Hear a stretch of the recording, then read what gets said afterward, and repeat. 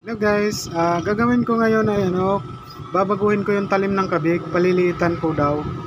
Ayan guys, tinabas ko na po. Pero guys, papakita ko po sa inyo kung paano ko gawin.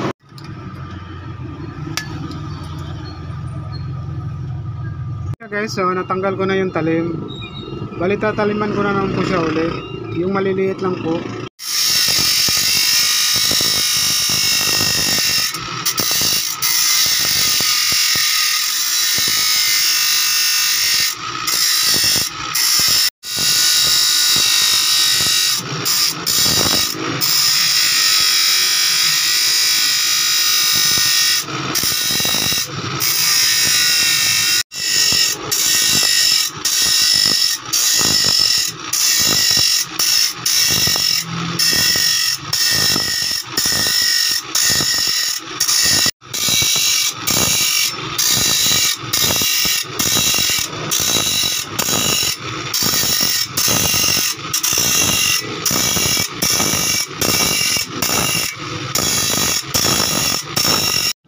Ito na yung talim guys, maliliit na, kaya lalagyan ko na naman po siya ng bukas.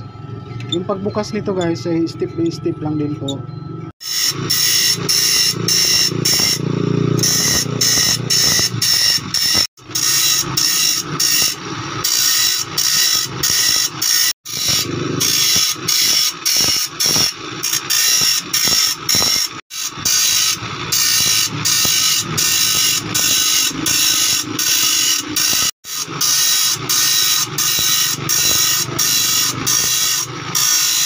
Ito na po siya guys, tapos ko na pong ginawa. Ayan, malaki na pong pinagbago. Kanina kasi malalaki yon, ngayon maliliit na. Ayan, may bukas na yan siya guys, tsaka matalas na po. Ayan po.